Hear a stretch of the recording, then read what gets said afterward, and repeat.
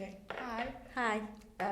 Would you like to introduce yourself, please? Yeah, so my name's Zhara, I'm 25 years old, born and raised in the Wirral, so I've been here all my life. Amazing. So, where exactly in the world did you grow up? I grew up mainly in Hoylake and Morton. When I was about 8 years old, I moved to Birkenhead and I've been here since. So I've seen a lot as I've grown up in this area. Okay. And when you say a lot, what do you mean by that? When I first moved here, there was a very small community. I'm from the Bangladeshi community, and there was only about 2 or 3 families when I was here, barely anyone. It was a lot of white British around everywhere, but we didn't know any different. And there was a lot of racism. We were young, so we didn't really understand a lot of it, but we would always see loads of words written over walls on the mosque, or would see our parents get like racist abuse shouted at them, but we just thought that was the norm when we were younger. And as we've grown up and ourselves became a bit more educated through primary school, secondary school, we then came to realise that it was wrong what was happening. But along with that, as we became educated, those that we went to school with were also educated. So over time, we saw the amount of racism or abuse, it reduced, still there, and I think it's always going to be there. But from when we first came here to how we were victims of it, we're not as much now, I would say. And it's probably because I've been here my whole life. The community's close-knit, even with not just our Bangladeshi community, with all different types of communities on the Wirral. We're all quite close. We know each other. We're more educated about other cultures.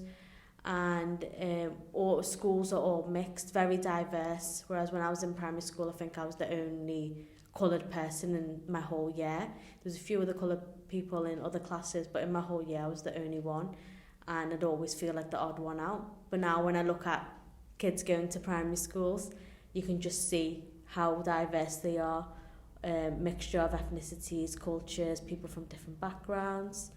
So it's been positive, and it's good to see how it is now. Good. That's really good to hear. So though you said you now live in Birkenhead, Yeah.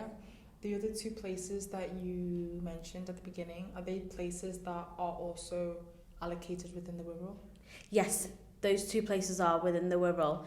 They're a little bit further out from here, Birkenhead, but they are still mainly white British, not very diverse.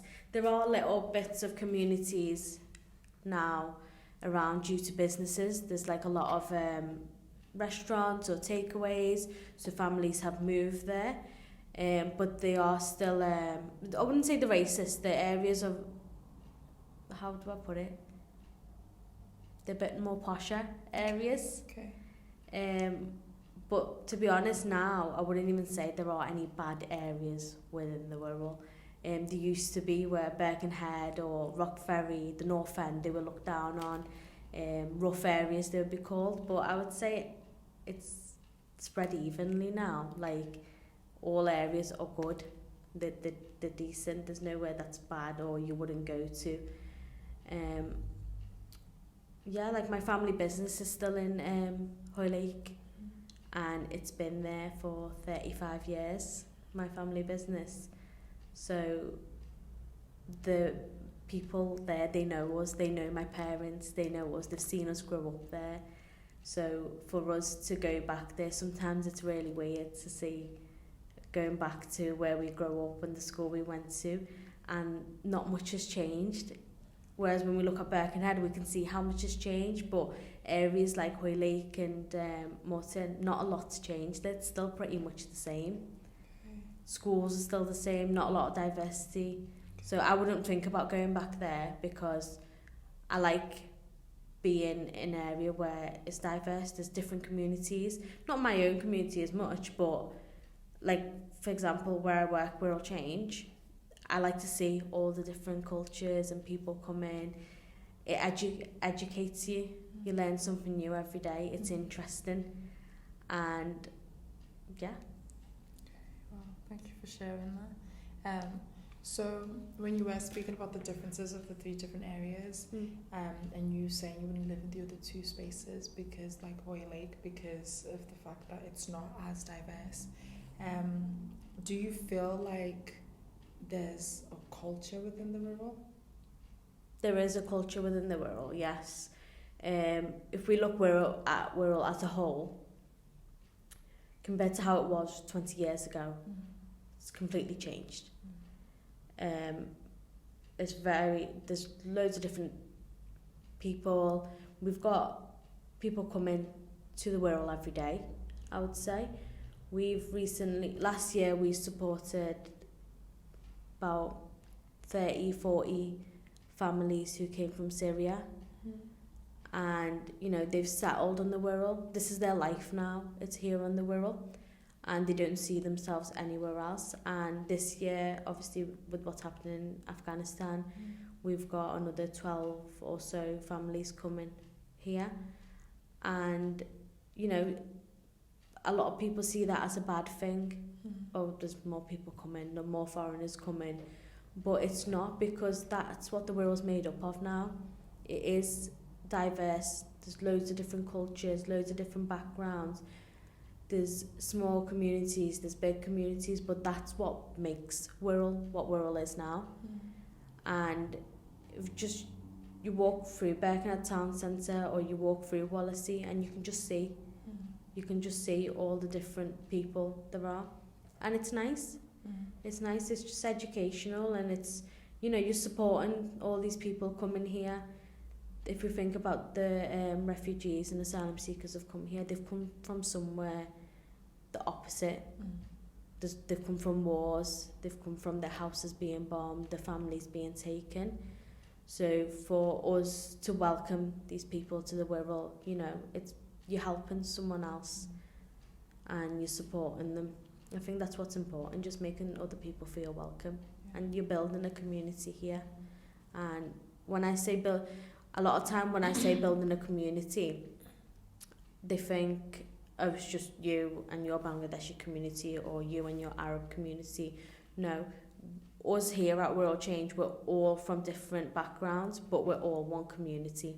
It's built up of a mixture of ethnicities and cultures. Okay. And in regards to the support that Wirral Change does offer to members within the community, do you think what is done within Wirral Change, or the culture that exists within Wirral Change, is something you do find outside? Do you feel that as a Bangladeshi woman, do you feel that outside, as in when you go outside and you walk outside or you travel within the Wirral, you're able to see such a community where people are being supported, where people are being helped, where rather people feel like they belong? Unfortunately, it's not. I don't think people do feel like they're being supported, or they do feel like a sense of belonging outside of Wirral Change. Only because even though I'm born and raised in the country, in the Wirral, even when I go out myself, because of the way I'm dressed or the way I look, there's still that reluctance to help sometimes.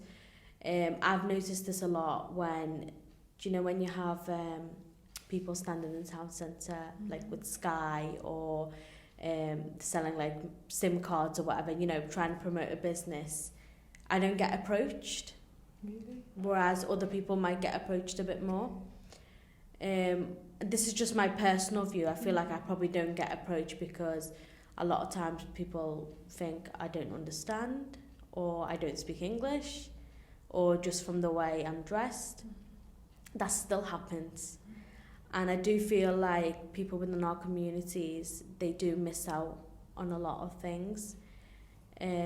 That's why we are here. We're offering services that there's a organisation called Involve Northwest who do exactly the same as what we do, but they don't support anyone from the Black, Asian communities. They don't have the support in place to be able to help those people. There's the language barriers, there's the cultural differences, and they're just not educated in being able to help those people. So I do feel like a lot of people miss out on a lot. An example is when we did the vaccinations for COVID-19, when they was first rolled out. It was a massive part of the community. They declined the calls. They didn't pick up. So the GP's calling them, asking them to be vaccinated because they're not understanding what it means or why they have to. The lack of understanding. They just said no, and then didn't go for the appointments. Once we then reached out, we started the programme to support. We reached out to those communities and said, look, we're helping people with the vaccine. This is what it is. We made sure we met all our client needs by translating as well in the languages to make sure they understand. And then they were like, yeah, of course we want to get the vaccine. We were like, well, we've been told by your GPs or whoever that you don't want to be vaccinated. Like, no, we do. So it's just that, you know, because they said no on the phone, that was it. It got put down. There was nothing after that. There wasn't anything to follow it up to say this person's ethnicity is Arab or the Indian. Maybe they didn't quite understand. Shall we get someone to pop them a call? There wasn't any of that until we actually went out and reached out to these clients, and they did want the vaccine. They did want the support. They just didn't know what the person on the other end of the phone was saying. So if that's just one area where the community's missed out, well, they almost missed out on being vaccinated. So it makes me think what other things they are missing out on, what other support, what other services, if there's financial support or if there's like activities for children to attend over the summer holidays. Like there's going to be so many things they're missing out on. That's why we're kind of here, but our team are out and about making sure we cover as much of the world as we can, but we're still going to miss people, and that's our biggest concern, are the people we are missing. We're a charity and we do as much as we can do, but those other organisations that are much bigger than us, they have more funding than us, they're still not doing enough to reach those communities. They're not employing bilingual staff, they're not utilising translating, interpreting services. When they can't get in touch with someone, that's it, they just cut it off at that point. So they really need to be doing more to reach those people. I think I can resonate and agree with that. The importance of allowing your members of staff to be diverse, or having a culture that's more diverse where people do feel like they are included. So I think there's a difference in having inclusivity in regards to having people that may look different, but it's actually doing things and having not just policies, but having a system that allows you to actually engage at a deeper level where you can understand people, because there's a community that does exist. And I think oftentimes if an organisation or a community doesn't operate in a way that allows people to feel heard, you can miss out on the richness of definitely a community. Yeah, our staff here, we've got about 30 staff members, and 25, 26 of the staff members are bilingual or trilingual even. We try and cover as many languages as we can. If we don't have the language here, we will make sure we get that language. So we saw there was a need for the Iranian community. We had a lot of Farsi speakers coming in, little to no English. And obviously you use Google Translate, you use your phone, the softwares, it's not the same. You don't build that connection with the client using your phone. You need to be able to speak to someone in your own language face to face, so they get your feeling of what you're saying as well, to build that relationship with clients. So we obviously saw the need. We were like, we need a Farsi speaker. Within 2 weeks, we got a Farsi speaker. Now we're seeing the need for Kurdish. We've got a lot of Kurdish community, and the Kurdish community are missing out on a lot of things. So we're on the hunt now to find someone. It might be a volunteer. We have a lot of volunteers coming as well. Or it might be a staff member that we employ as well. So we're looking for someone that speaks Kurdish now. And we will keep looking until we get one. Even if it's one staff member, that's one staff member that is the voice for the Kurdish community. And that's what we need for all the communities within the world. They need a voice. They need to be heard. Otherwise, you look Kurdish at the car washes, the barber shops. You go into them very, little to no English, and they do the job, and then that's it. Are they getting support? We don't know. Are they getting help? We don't know. So you need people from those communities to be able to help each other. And that's our goal, really, reaching out to those communities. I see. You guys are doing a lot of work, a lot of positive work. Positive work. Do you know what it is?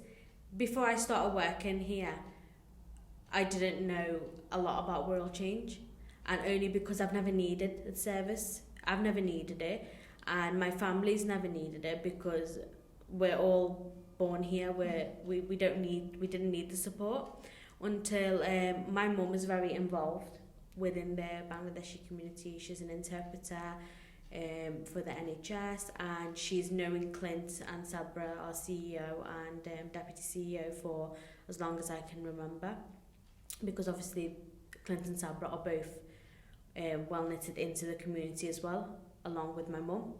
So that's how I got to know about Wirral Change, started working here. And when I started working here, I was like, wow, I did not know this much was going on in the Wirral. I did not know there's so much culture, so much diversity within the Wirral. I had no clue about it. All I knew about was I see a few people here and there, but there's thousands which I did not know about until I started working here. And then I saw that there is a need for the Bangladeshi community as well, which I never knew about before. Community know me through my mum, and the amount of support I've been able to provide to my own community since I've been here has been rewarding. Like, we had a client who had cancer. He didn't know who to reach out to, didn't know what support he needed. My mum told him to call here. With the help of me interpreting, we were able to get him so much support. He's going back to work now, so it's good to see him be back on his feet, but to know that we've been able to support him along the way with his family. He's got young children applying for benefits. He didn't know what he was entitled to, so we were able to support with all of that. And at the end of it, it's a really rewarding feeling that he didn't fall down, he kept his head high, and he got through it. And he's now coming back, and he's just like, thank you. He came in yesterday, he was like, thank you for everything. He wouldn't have been able to get through it without that type of support. So it's those little things like that. It's like, at the end of it, you go, it is worth it. What we're doing is working. We are helping people, and if we weren't here, what would happen? Like, what would happen to these people if we weren't here? How would they get through it? They wouldn't have the support. They wouldn't know what to do. If they went to the job centre or the one-stop shop, they would probably just walk out with no help. So, we do know we're doing a good job, and there is a need for organisations like this within the Wirral. Amazing. And what is your specific role within Wirral Change? What is my specific role? It's a big question there. My role itself, I'm COVID-19 project coordinator. So a couple of months ago, Public Health saw a need for support within the Wirral for the BAME community around COVID-19, because people weren't getting the information and help and guidance they require around COVID. They weren't getting leaflets in the languages they needed, or it was just not understanding on what the situation is. Obviously, with the restrictions already lifted and vaccination program all rolled out, people think, oh, it's gone now, but there's still so much to it. we've got loads of clients who are travelling, they don't know what the rules are, Mm-hmm. so we're able to offer them that support. I manage the project itself, so we have a number of support workers that work for the project. We work in partnership with the Wirral Multicultural Organisation, Irish Community Care and the Wirral Dean Centre. So it's a partnership project, but the idea of it is that we work together and we reach out to every single community we can get a hold of. We don't have a big Irish community attending anything at Wirral Change. That's why we partnered with Irish Community Care, so we can make sure we're not missing, that community is not missing out. And then the WMO, they work with communities that we might not yet work with, so we're kind of covering all of the areas. All the staff are bilingual, so we can cover every community within the Wirral as well. All sorts of support. Throughout the lockdowns, we helped support with the shopping, people that were isolating, collecting prescriptions, and even if it was just a pop, someone tested positive, isolating at home, pop them a call, see how they're getting on. Mm-hmm. You know, people needed that support, like mentally as well. Of course. They needed that support. Went through a really tough time, but things are starting to look better, but it doesn't mean it's come to an end. It's still there, and there's still people coming every day who we are still helping. We had someone coming a couple of weeks ago saying, I didn't know I needed to be vaccinated. What was the vaccine? And you know, you would think, it's all over social media, it's all over the news, there's posters and flyers everywhere. And he was like, well, yeah, I saw it, but I didn't really know what it was. You know, and you would think within your own community, this message is being spread, and he goes, he's not that involved in the community, he's just quite isolated. And he's heard about the vaccine, he knows of it, but he didn't really know the importance of getting the vaccine or why he would need it. So we went over it with him and we said, this is what it's for, this is the purpose of it. Further down the line, you're probably going to need it for travelling. He was a Muslim. We were saying, if you want to go on the pilgrimage, you might need it. If you want to go back home, you might need it, you know, different reasons. And then he was like, asking what the side effects are. So we went over everything, following the guidelines. He went and got vaccinated. He had his first dose. And he was really thankful because he was like, well, I didn't know all of this. So there are people there that still don't know. They've missed out on that information, and you don't believe it at first. You're like, how can you miss out on it? But they have. And it's people like that we're here for. Make sure they get everything they need. And are supported. Wow. Thank you for sharing that. I'm probably talking too much. No. No, it's good, because I think the whole point of this is for you to talk about your lived experiences, and this is your lived experience because you're seeing it from your eyes, your experience. Yeah. Which then also leads me to ask you how has the culture within the Wirral impacted your everyday life?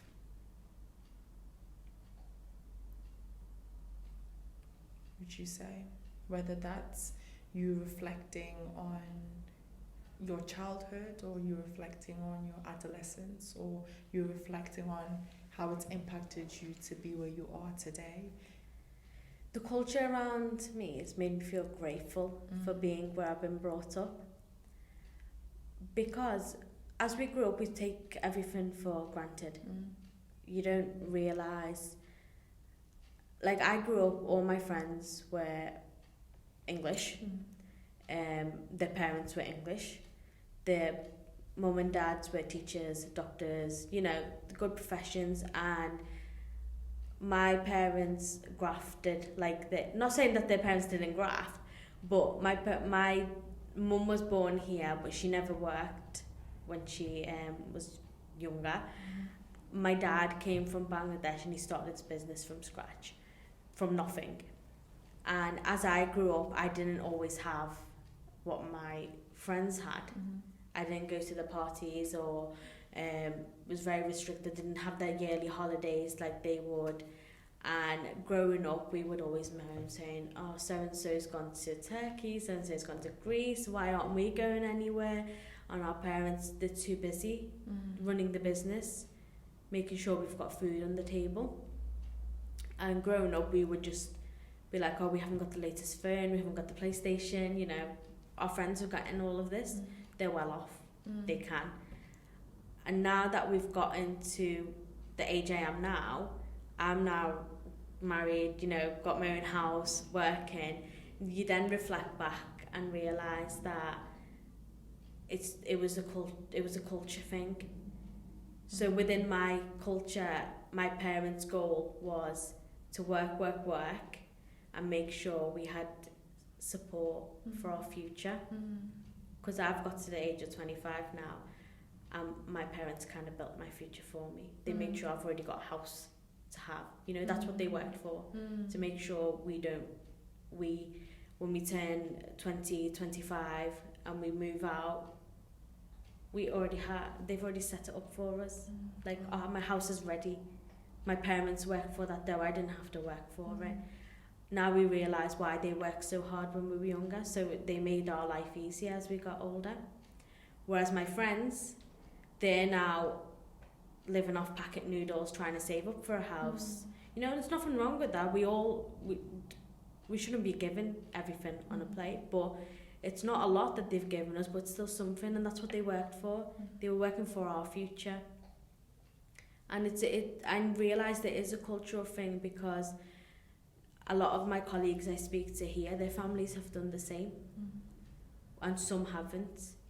So it's just being grateful for everything we've been given. And then you meet families that have come from like Syria, who've come to seek asylum, and then you listen to what they faced and how their lives have been back home. And it's, you know, it makes you feel even more grateful for what you have had growing up. Even when I went to Bangladesh a couple of years ago, I saw children and families. I took colouring pencils and colouring books for them, and it was like I gave them a bag of gold. That's how the children were. Or like a bag of money. They were over the moon, and I only went to Poundland and spent like £10. You know, that's nothing for us. But for them, that was a lot. And then you look back at your childhood and think, I should have been grateful for back then. But your children, you understand? You don't know anything different. But I think that's the beauty of it. Kind of, you look back and go, that's why mum and dad did that. That's why our parents did that. So it's like, yeah, it's true. I think it's one of those things of gratitude and reflecting really on what you have. Because I think it's so easy to, you know, the way they always say the grass is always greener on the other side, but whilst you're looking on the other side, you're not allowing yourself to reflect on your patch of grass. Because I think even when I listened to the feedback you gave in regards to being able to take stuff over, you know, to Bangladesh and helping the young kids, it just makes me wonder about how even the people that you do work with on a daily basis, whether they all differ in age range, do they all differ in age range? And like what that's like, and how have you seen a difference in how everyone is depending on their age? I think there would be a difference, not necessarily on age though. I think it just how much they've experienced. So some people might be younger, but they've experienced more than someone that's older. I don't ever look at age like that much, because my sister's slightly younger than me. She's 21, but I would say she's experienced more in life than I have. She might have a little bit more knowledge than I have. Even though she's younger than me, she's done more things. She's been to more places, or she's connected with different people. So she has a different experience to me. That's how I would say it. So it's more about what you've been through. I could have experienced something over a space of 5 years, where someone else will do that experience within a year. You know? So it's more like that. That's so beautifully put. That really is. Because I think for me, even doing this, trying to understand the lived experiences of young BAME people, it's trying to understand what their unique experiences are. What are you experiencing as an individual? So I think it's so easy to group people, and I think even when, let's say, organizations are trying to plan activities or policymakers are trying to change how things are run within the community, I think sometimes it's very easy to group a certain ethnic minority, as they like to say. I wouldn't leave Wirral now. Because I've been to, people go, London's more diverse, go to London. I've been to London. Yes, it is diverse, but it's very segregated. You've got one area with this community, another area with this community. It's not like that on the Wirral. Everyone's just mixed. You might have still some little areas, but the Wirral's not that big where you can segregate. You're kind of forced to merge. It's true. And we are merged. Whereas when I went to London, you'll have a different community centre for just Arabs. You'll have another community centre for just Pakistani community. You know, it's very segregated. But here, you're forced, and that's a good thing. You have no choice but to merge with other communities. You can't just be segregated, and that's what I really like. Because I went to London, and the place I stayed in, it was just Bangladeshi community. I did not see anyone else other than Bangladeshis. And I was like, went to the mosque, Bangladeshi mosque. I'm like, why is the mosque Bangladeshi mosque? Like, mosque is for Muslims, you know. It's not for a culture or an ethnic minority. It's for a religion, and that religion is not to like just Bangladeshis or just Arabs. It's anyone, you know. Because I remember like my husband saying, "Oh, we're gonna go to the mosque, the Bangladeshi mosque," and I was like, "What?" Like, our mosque is for everyone, it's not just for one type of community. And I was like, that's really bizarre. And so when he came here, he was like worried that there's not enough diversity. But now he's come here and he's seen it, and you know, he's been involved with World Change as well. He's like, he wouldn't go back either. He likes how mixed it is. Like, learning all, it's just like today when you were talking about your own culture, that's something new to me. I've learned something new. I wouldn't have known that. And we went to a wedding a couple of weeks ago, a Thai wedding. That was completely new experience. I wouldn't have known any of that. If I lived in London, I'd just know go to Bengali weddings, and that would be it. It's true. I think it's the culture differences. There's a culture difference, because even for me moving to Liverpool, I explained this when I was living in London, and I was like, you could go to somewhere like Golders Green, or you could go to somewhere like Hendon, and North, South, and you can go to a school completely for you. And I mean, you could go to just a black school completely, and at times, because you're traveling for long distances, you're not, I wouldn't say forced, but you're not, it's like your environment is not allowing you to accept. I think that way you can run away. Because I think when you live within, like you said, the Wirral, people have to come together. And I think that's when it's then important to then maybe, like what you were saying before about with the Wirral Change, having a space where everybody unites as one, because then you're seeing the true reflection of not just your community but the world, because we are all people that are living in this one space and learning how to share, you know.